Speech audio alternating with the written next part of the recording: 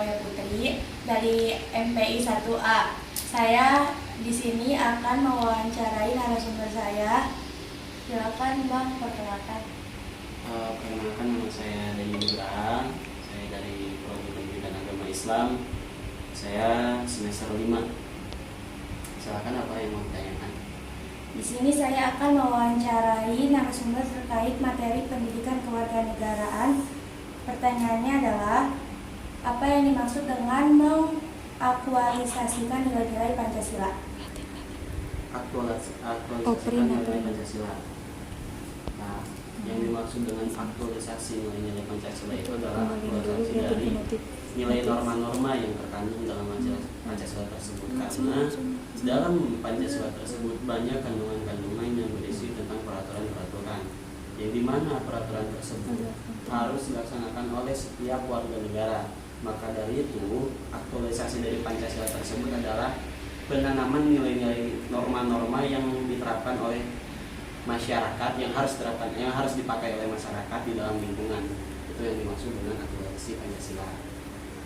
Terus apa lagi pertanyaannya?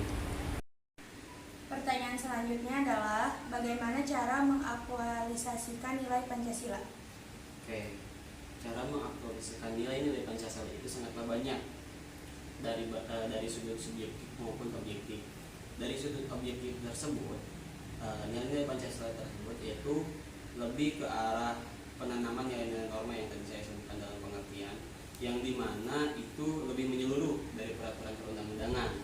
Itu lebih ke arah ke peraturan perundang-undangan, karena di dalam hal tersebut warga negara harus tertib, aman, serta bertoleransi terhadap warga yang lainnya gitu kan. Contoh hal kecilnya apa? Aktualisasi nilai Pancasila. Ada peraturan tentang beribadah. Kita harus saling menghargai. Itu salah satu bentuk toleransi, dan itu salah satu bentuk aktualisasi. Itu dalam ruang lingkup keagamaan, dalam bentuk ruang lingkup mahasiswa, yang dimana ketika kita mengajukan suatu pendapat, nah itu adalah satu bentuk toleransinya, itu menghargai pendapat tersebut. Itu salah satu aktualisasi sebenarnya dari nilai-nilai Pancasila gitu kan. Itu dari sudut objektif ya. Nah, dari sudut subjektif itu adalah perorangan dalam diri kita. Nah, sudut subjektif ini lebih ke arah yang dimana penanaman aktualisasi nilai-nilai Pancasila ini ke perorangan, dan ini hanya bisa diterapkan ketika Pancasila itu udah melekat dalam hatinya. Nah, maka dari itu Teh Uti sebagai mahasiswa itu harus bisa menerapkan nilai-nilai Pancasila itu secara objektif juga, subjektif juga gitu kan, untuk semua orang dan untuk diri sendiri. Untuk diri sendiri bagaimana cara bentuk aktualisasinya? Yang pertama, ketika ada seseorang yang berpendapat, ketika ada seseorang yang memang berbeda dengan berbeda agama, ketika seseorang tersebut berbeda, ya bahasanya kulit gitu kan, warna kulit, ketika seseorang itu berbeda suku dan budaya, itu Teuti sendiri harus bisa bertoleransi gitu kan. Karena apa? Di dalam surah Al-Kafirun itu menjelaskan bahwasannya kita harus saling menghargai, walaupun memang kalau surah Al-Kafirun itu lebih ke arah sudut agamanya gitu kan. Contohnya agama Islam dengan orang-orang kafir gitu kan. Walaupun dengan orang-orang kafir tersebut kan, bahasanya di Indonesia itu sebenarnya tidak ada yang dinamakan orang-orang kafir, karena mereka sendiri mempunyai kepercayaannya masing-masing gitu kan. Itu salah satu bentuk kekuatan negara Indonesia dalam cinta tanah air gitu kan, dalam menjaga NKRI. Itu salah satu bentuk hal yang sangat konkret dan hal yang sangat bukti gitu kan adanya gitu kan. Bahwasanya negara Indonesia itu berkembang, bahwasanya negara Indonesia itu bisa bertahan sampai hari ini dan bisa merdeka, itu karena perbedaan. Nah, maka dari itu aktualisasi penanaman nilai-nilai Pancasila ini sangatlah dibutuhkan, apalagi seorang mahasiswa. Dalam ruang lingkup masyarakat, bagaimana bentuk penanaman nilai-nilai Pancasilanya? Yang pertama, dalam masyarakat itu bergotong royong. Itu yang pertama. Terus dalam ruang lingkup sekolah, SD, SMP, bahkan SMA, itu bagaimana penanaman nilai Pancasilanya?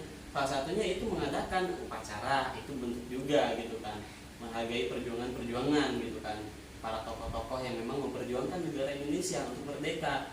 Nah, dari dulu sampai sekarang sebenarnya hari ini Pancasila itu kalau menurut saya sendiri ya, Pancasila itu dari ruang lingkup masyarakat, anak-anak maupun bahkan tingkat remaja itu, menurut saya mereka semua belum bisa menanamkan nilai-nilai Pancasila. Karena apa? Hari ini dengan perkembangan zaman yang sangat melesat gitu, mereka semua tidak bisa menanamkan nilai-nilai Pancasila. Contoh hal kecilnya apa? Mereka lebih ke arah masing-masing, dengan keadaan sekarang lebih ke arah saintek, lebih ke arah teknologi, pegang HP masing-masing. Itu kan salah satu bentuk gitu kan, kita itu tidak bermasyarakat. Karena kan di dalam Pancasila itu yang ketiga, persatuan Indonesia gitu kan. Dan di situ kan salah satu persatuan itu kan ketika memang ada hal sesuatu, kalau mereka masing-masing main HP masing-masing gitu kan, yang penting mementingkan diri sendiri, itu termasuk tidak menghargai nilai-nilai Pancasila, dan itu tidak akan pernah melaksanakan aktualisasi Pancasila. Nah, untuk solusi untuk hal tersebut, ya di sini salah satu bentuk contohnya ya. Saya sendiri sangat menghargai kepada dosen yang memang memberikan tugas hal ini gitu kan. Salah satu untuk mencari kasus gitu kan. Dalam kasus hari ini tuh memang seluruh warga negara Indonesia itu ya saya lihat gitu bersatu ketika ada pertandingan bola gitu kan. Itu kan salah satunya gitu kan. Cuman kan di sini bukan hanya hal tersebut juga gitu, bukan hanya dalam olahraga aja, kita dalam bersosialisasi, dalam bermasyarakat, dalam berpendidikan gitu kan. Kita adalah negara Indonesia gitu kan, kita adalah warga negaranya. Nah bagaimana gitu kan, bagaimana tetap harus menjaga gitu kan nilai-nilai Pancasila tersebut, yaitu dengan cara mengaktualisasikannya gitu kan. Nah aktualisasi tersebut yang tadi saya jelaskan gitu kan, yang pertama dalam ya berpakaian juga masuk juga gitu kan, etika dan sopan santunnya itu kan di dalam norma-norma juga kan diatur gitu kan, ada norma norma hukum dan sebagainya, itu kan salah satunya gitu kan. Harus menghargai pendapat orang lain juga kan, ada norma sosial juga, dalam bermasyarakat kita harus seperti apa, bersosial kita harus seperti apa, itu kan yang harus diterapkan oleh apalagi seorang mahasiswa gitu kan. Ya, itu seperti itu, karena sesungguhnya aktualisasi nilai-nilai Pancasila ini adalah hal yang paling penting untuk menjaga keutuhan NKRI gitu. Karena ada 4 tiang gitu kan, ada 4 tiang. Itu salah satu, yang pertama ada NKRI, terus ada undang-undang, ada Pancasila, ada Bhinneka Tunggal Ika. Nah keutuhan negara Indonesia ketika memang Pancasila ini tidak bisa diterapkan dalam aktualisasi di masyarakatnya, itu walaupun di aktualisasi pendidikannya, aktualisasi di dunia masyarakat, saya yakin negara Indonesia tidak bisa disebut nanti 10 tahun atau beberapa tahun ke depan bisa dijajah kembali sama negara yang lain, kalau memang dari negara Indonesia juga tidak bisa menjaga keutuhan atau tidak bisa menanamkan nilai-nilai Pancasila. Mungkin seperti itu yang saya tahu gitu kan tentang aktualisasi Pancasila. Ada lagi yang ingin ditanyakan? Mungkin itu saja yang dapat saya sampaikan mengenai aktualisasi Pancasila. Kurang lebihnya mohon maaf ya. Wassalamualaikum warahmatullahi wabarakatuh. Terima kasih atas paparan yang telah disampaikan oleh narasumber. Sekian dari saya. Wassalamualaikum warahmatullahi wabarakatuh. Assalamualaikum warahmatullahi wabarakatuh. Perkenalkan, nama saya Alfiani Aulia Putri dari Fakultas Agama Islam, Prodi Manajemen Pendidikan Islam.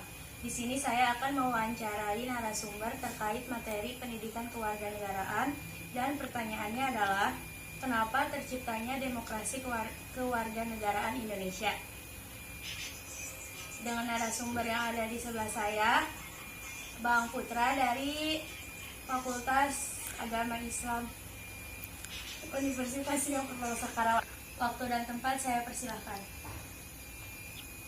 Tapi kenapa ya? Demokrasi Indonesia adalah suatu proses sejarah dan politik perkembangan demokrasi di dunia secara umum, hingga khususnya Indonesia, mulai dari pengertian dan konsepsi demokrasi menurut para tokoh dan founding father kemerdekaan Indonesia yang diciptakan oleh Soekarno,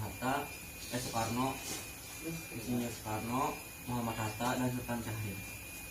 Selain itu juga proses ini menggambarkan perkembangan yang ada di Indonesia. Berdirinya Republik Indonesia Serikat, kemunculan fase kediktatoran Soekarno dari masa Orde Lama hingga Orde Baru, hingga proses konsolidasi demokrasi pasca reformasi 1998 hingga saat ini. Setelah Indonesia merdeka pada 17 Agustus 1945, secara gamblang duet pemimpin Dwi Tunggal Soekarno dan Muhammad Hatta telah mendeklarasikan Indonesia merdeka, karena pada kalimat terakhir kalimat terakhirnya dikatakan dalam teks proklamasi 17 Agustus 1945 atas nama bangsa Indonesia. Bila dikaitkan dengan definisi bangsa, maka yang jadi kemerdekaan Indonesia adalah kemerdekaan yang ditentukan bagi rakyat Indonesia sendiri. Meskipun telah mencapai konsensus kemerdekaan sebagai sebuah bangsa, tetapi setiap tokoh pergerakan dan pelopor kemerdekaan Indonesia memiliki konsepsi demokrasinya masing-masing. Kebanyakan dari mereka berusaha mengatasi dan menengahi dualisme penafsiran demokrasi negara barat, liberalis dan kapitalisme dengan negara timur yang komunis, terutama dalam perumusan tentang pembebasan politik yang diadopsi dari demokrasi barat dan kemerataan ekonomi. Pertanyaan selanjutnya adalah bagaimana cara warga negara Indonesia menerapkan sistem demokrasi dengan baik dan benar? Di antara ketiga sila itu, pemikiran dan konsepsi para warga negara Indonesia mengenai demokrasi di sila kedua yaitu trisila Marxisme, yaitu sosio dan demokrasi. Sosio demokrasi menurut Soekarno adalah suatu sistem demokrasi yang mengakar pada nilai-nilai kemasyarakatan. Sosio demokrasi yang diinginkan oleh Soekarno adalah saat demokrasi itu sendiri mendasarkan nilai-nilai Pancasila. Demokrasi itu sendiri pada seluruh rakyat Indonesia, bukan hanya kepada sebagai masyarakat Indonesia. Dalam hal ini Soekarno mengkritik demokrasi Prancis dan demokrasi Amerika Serikat yang menurut Soekarno hanya mementingkan sebagian kelompok orang-orang saja. Beda halnya dengan di Indonesia. Di Indonesia, sebagian rakyat Indonesia adalah sejahtera.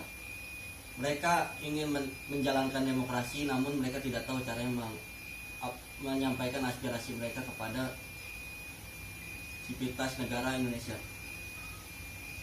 Dalam hal rangka memerdekakan Indonesia, masyarakat Indonesia harus ikut andil dalam teks proklamasi kemerdekaan Indonesia pada tanggal 17 Agustus 1945. Pada saat itu Soekarno membacakan teks proklamasi waktu Jepang mengakui kekalahan dari Indonesia pada tahun 1940 sebelum kemerdekaan itu dibentuk. Itu saja dari saya. Wassalamualaikum warahmatullahi wabarakatuh. Terima kasih atas paparan yang telah disampaikan oleh narasumber. Sekian dari saya. Wassalamualaikum warahmatullahi wabarakatuh.